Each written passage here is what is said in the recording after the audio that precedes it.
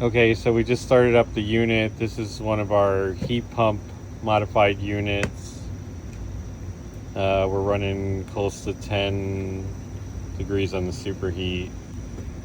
So we're running through our subcooler here down into our expansion valve.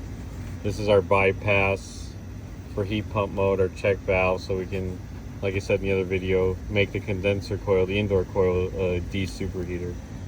So right now we're getting outside, and we'll show that in a minute.